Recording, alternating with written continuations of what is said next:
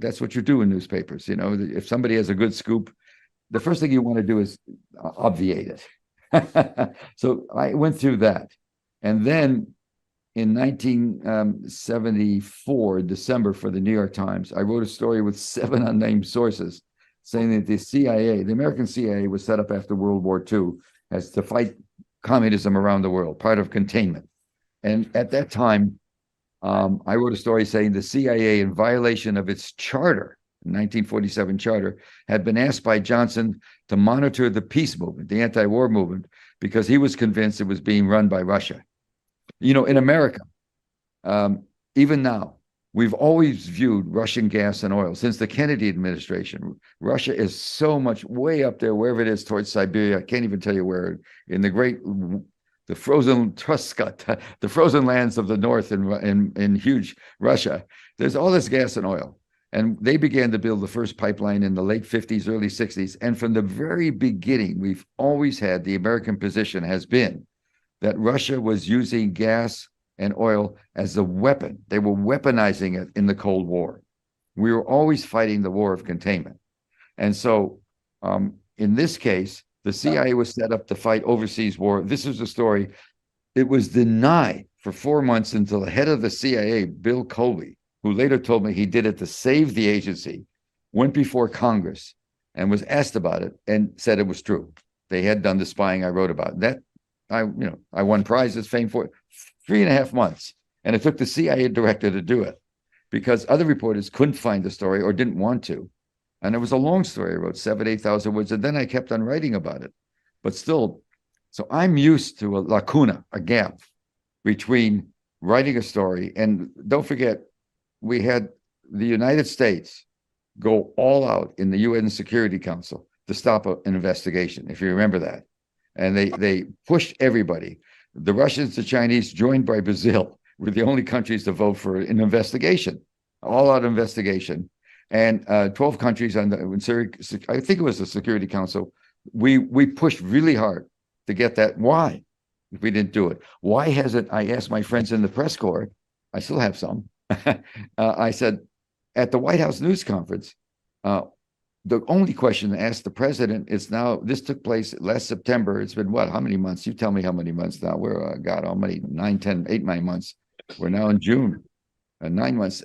Why, since I wrote that story in February, hasn't the president of the United States, who has enormous power over intelligence collection and reporting, why hasn't he tasked, that's a technical word, TASKED, tasked the community to do an all-out study of what happened? Because he hasn't. He's got the Office of National Intelligence. He's got a terrific Office of Intelligence in the CIA. There's also a special office that monitors intelligence for covert operations like this was. The operation that was done by the American intelligence services, CIA and other agencies, and the Navy out of Norway to blow up the pipelines was a 4 or 5 month operation. And that meant there was an enormous amount of collection, intelligence collected. I hope people understand that when you do an operation like that, you're not running around writing stuff on computers that can be intercepted. You're using typewriters and you're destroying paper and there's no written trail. I understand that that does happen. That's the way you have an operation. But the president certainly is the yes or no guy, even if there's no paper. And nobody's asked that question, but they will. It'll come out. I mean, I could tell you some of the things that absolutely astonished me about it. One pipeline wasn't blown up, and everybody's convinced that was because one of the C4, the plastic bombs, under the water. We're talking about blowing up pipelines 260 feet underwater with divers that go in, can only stay underwater a certain amount of time before they get too much nitrogen. And they have to come up into compression chambers, and to go down, they go down 90 feet and they have to wait till the blood regulates. They're living on oxygen, a combination that's a really interesting combination, oxygen, nitrogen, and helium they're breathing.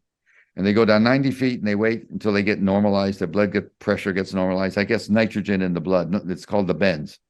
And it will kill you. And they go down, it takes a long time to go down. They can come up faster because there's a decompression chamber in the boat that's taking them. And that's why it's the story about a yacht a decompression chamber is as big as it's like a destroyer. I mean, it's a big thing that they're into. You need two of them for two guys. Anyway, the reason there wasn't a fourth bomb, a mindset, isn't because one didn't go off. It's because they didn't have time to set it. They were only 50 minutes underground, and they had two guys, and they each had 4 pipes to blow up. There were 2 pipes with 2. The pipes were 4, but they were doubled up, 2 and 2, and they also were covered by a concrete barrier to keep the water out. That's 6 feet around, and so they had to blow through that. That was concrete. That's easy, but they had to blow up. They had to blow up steel pipelines, and that's a lot of. Anyway, they didn't have time. It's a really easy answer. And ask me that question, I have an answer. Ask me other questions, I have answers to that he didn't write about. But I do check. I'm told I can say more. I can tell, I know more. And it wasn't a bunch of Ukrainians. That was a story. This with the CIA does an operation, they always have a counter argument. And the whole notion of a boat, that boat never existed. That boat, they claim they have photographs. That was, I'm sure there's other yachts named with the same title. It was a title from Greek mythology. It's a very common title. I don't remember Andromeda. It was a famous story in the Greek classics. And but the story that the press went with, the one you mentioned, there were stories in the New York Times and Der Zeit that, let's see, they found this 49-foot yacht that was used, and guess what was in it? Traces of TNT, some traces of blood, and 2 passports that weren't original. And everybody knows whether you have a real or fake passport, you leave it on a boat when you leave the boat. I mean, it was a story that on the surface was comical, and what it made it even worse, it was initially that story was the New York Times was the first one that came up with the story, quoting sources close to the intelligence community.